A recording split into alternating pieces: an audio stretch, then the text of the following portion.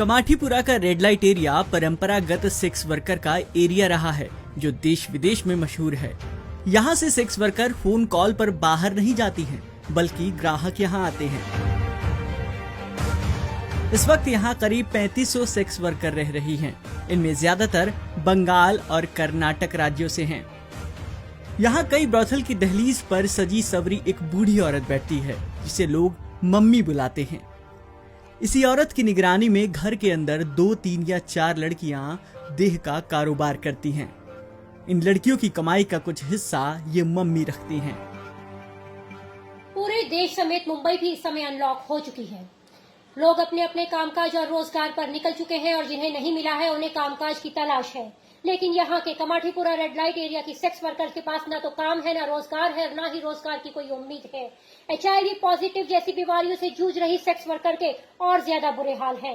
दाने दाने पर मोहताज इन सेक्स वर्कर्स के समय भूखों मरने की नौबत आ चुकी है। यहाँ काम करने वाली सेक्स वर्कर ने बताया कि लॉकडाउन में तो कमाठीपुरा की सभी गलियां सील कर दी गई थीं। पुलिस का सख्त पहरा था। पुलिस ना तो यहाँ मर्दों को बाहर घूमने देती थी और ना ही हम लोगों को घर से बाहर निकलने देती थी। अब जब गलियां खुल गई हैं और पुलिस का पहरा भी नहीं है, तब भी यहाँ ग्राहक नहीं है। रेड लाइट एरिया में काम करने वाली संस्था सोशल एक्टिविटीज इंटीग्रेशन के वॉलेंटियर ताबिश खत्री पेशे से विदेशी कंपनी में सॉफ्टवेयर इंजीनियर हैं।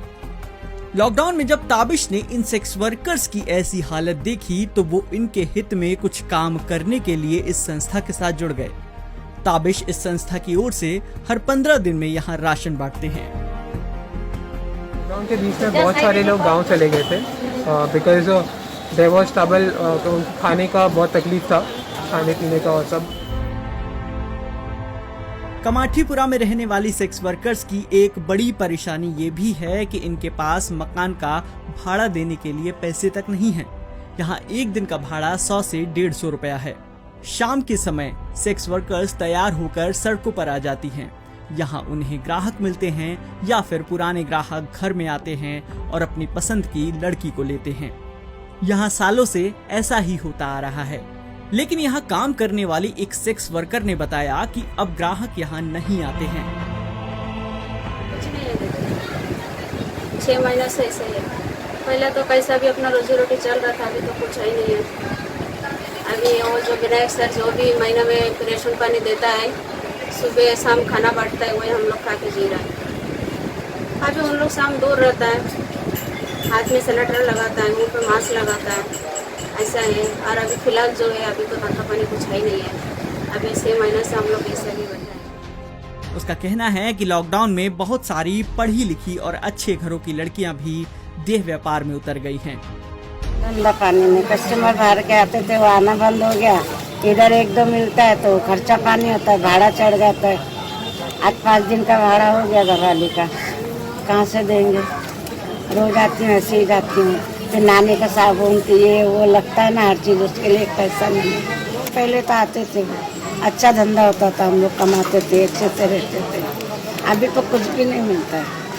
खाने के वांदे होते हैं, भूखे प्यासे रहते, ये नाश्ते होते हैं, उसी पे हम लोग गुजारा करते। हम कस्टमर बिठाने के टाइम है ना, उन लोग कम मुँह बोलते, साइड में करने, साइड में मुँह करते काम कराते हैं, मुँह एकदम सामने नहीं लेते। सांस हमारे मुँह पे मत लगते। गिराक लेके जाते हैं, उन लोग 30 रुपये भाड़ा लेते हैं उनको। बाकी इतनी हिफाजत हम खुद करते हैं। जैसा कस्टमर 200 का मिला, 150 का भी मिलता है। अभी लॉकडाउन है तो 120 में भी लेके जा रहे हैं हम लोग। क्या करेंगे, वो भी छोड़ेंगे। 100 रुपया नहीं मिलेगा, दूसरी लेके जाएगी। इसके लिए हम लोग अपना करेंगे। सोशल एक्टिविटीज इंटीग्रेशन के निदेशक विनय वाता ने बताया कि कोरोना ने जैसे देश के दूसरे व्यापार पर असर किया, वैसे ही सेक्स वर्कर की जिंदगी पर भी किया। लेकिन दूसरी जगह और इनमें ये फर्क है कि बाकी जगह उन लोगों की मदद के लिए कोई न कोई सामने आया, लेकिन यहाँ ना तो सरकार ने मदद की और ना ही समाज के किसी दूसरे हिस्से ने।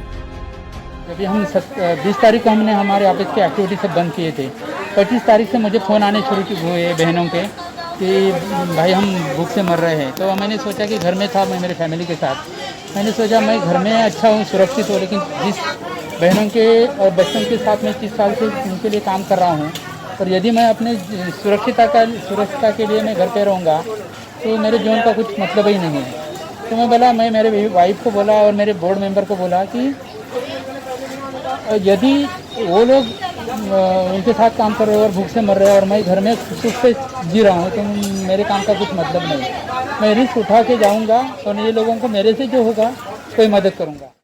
कमाठीपुरा का ये रेड लाइट एरिया किसी जमाने में एशिया का दूसरा सबसे बड़ा रेड लाइट एरिया माना जाता था। इसका नाम भी कोलकाता के हाथी बागान और सोनागाजी जैसे रेड लाइट एरियाज की तरह ही मशहूर था।